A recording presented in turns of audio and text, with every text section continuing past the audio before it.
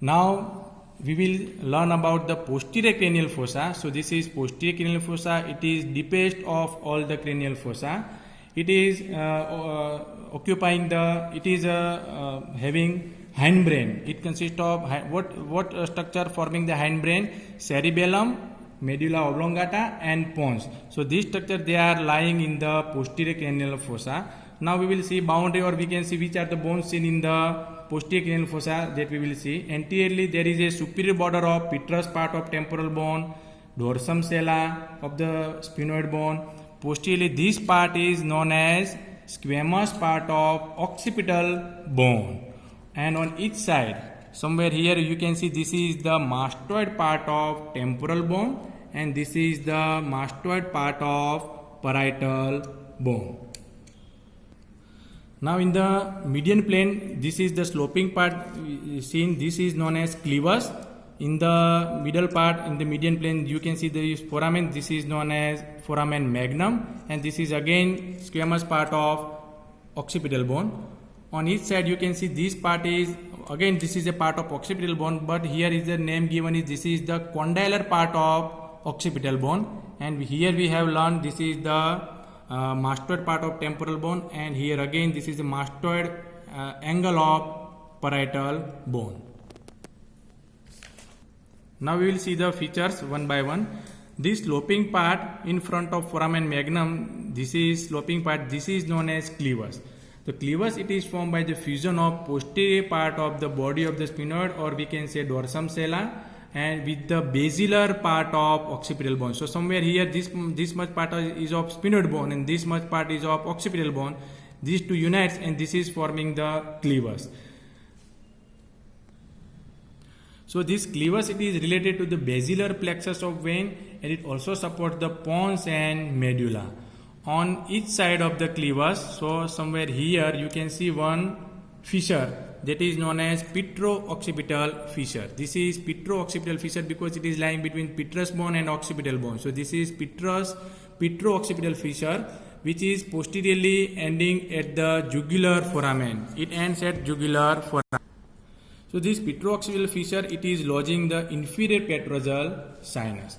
Now this is foramen magnum. It lies in the floor of this fossa. It is bounded anteriorly by this basiocciput, posteriorly by it is bounded by squamous part of occipital bone, and on each side it is bounded by this condylar part of occipital bone. This you can see this anterior part of the foramen is narrow because it is overlapped by these occipital condyles. Now this is squamous part of occipital bone. So in this we can see there is a one crest that is known as internal occipital crest. It is corresponding externally with the external occipital crest. Now this internal occipital crest near the foramen magnum, it is enclosing one shallow fossa. This fossa is known as Vermian fossa.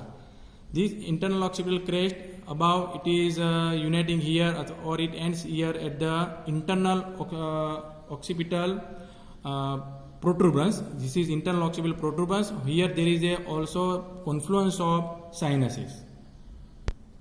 This is internal occipital protuberance.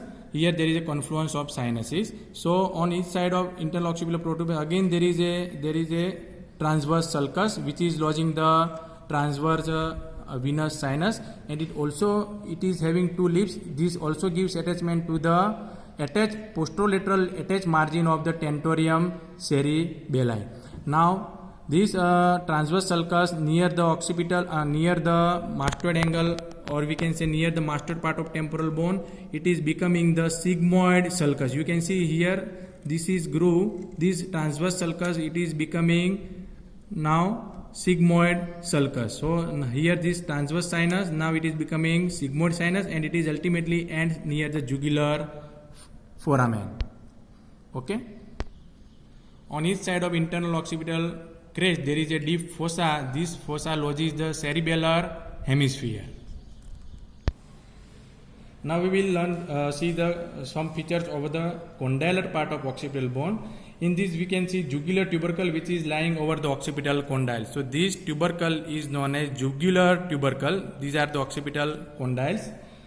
Hypoglossal canal, it runs the it is seen in the occipital condyle which is running anterosuperiorly. So this is hypoglossal canal. On each side you can see this is the hypoglossal canal.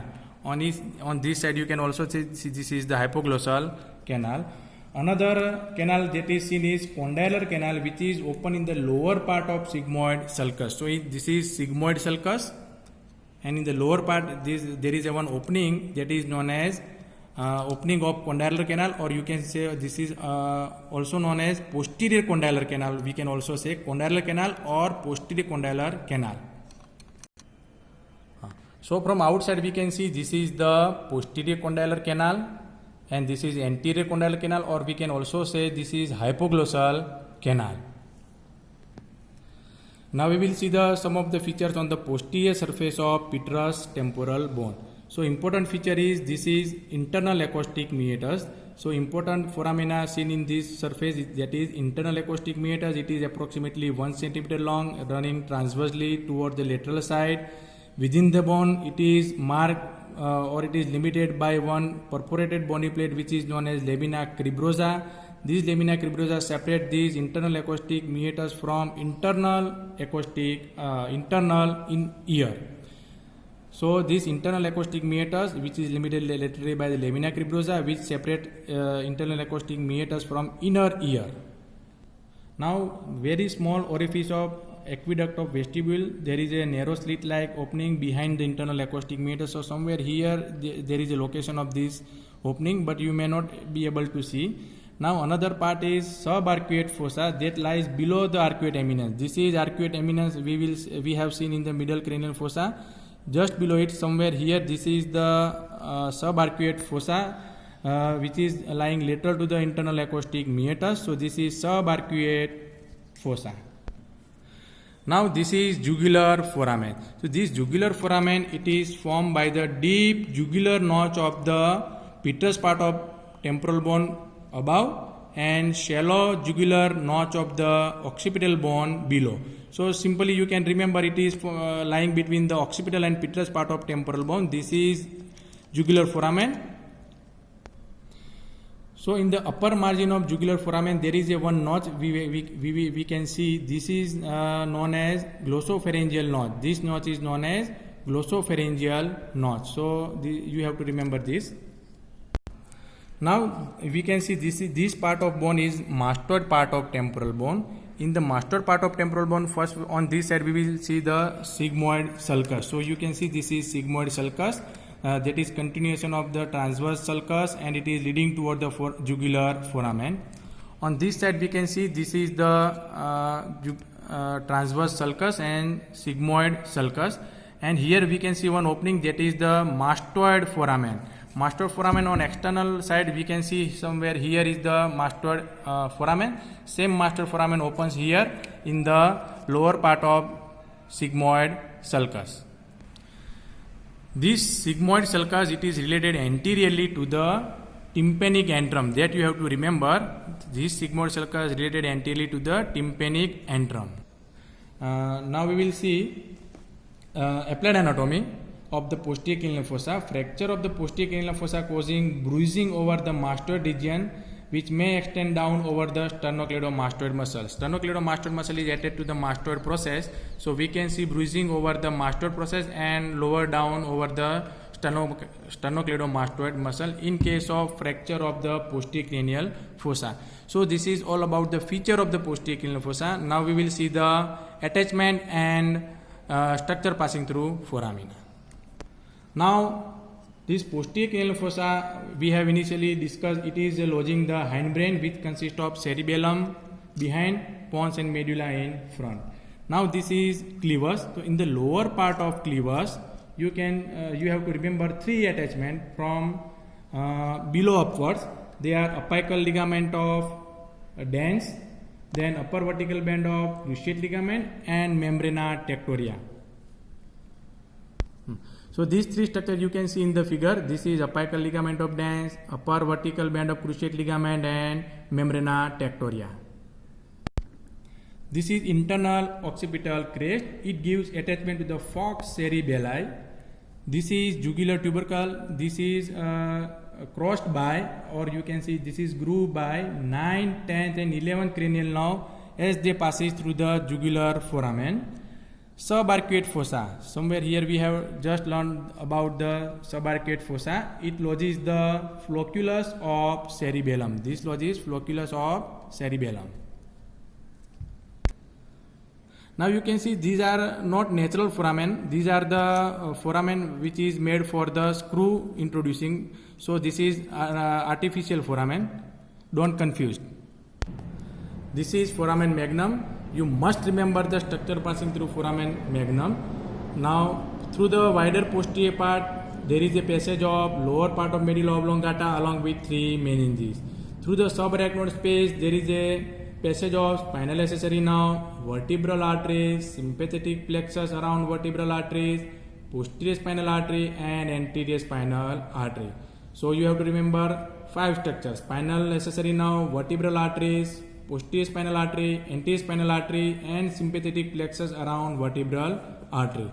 Through the narrow anterior part we have seen the structure which are attached to the cleavers that are passing through the narrow anterior part, that are apical ligament of Dance, vertical band of cruciate ligament and membrana tectoria.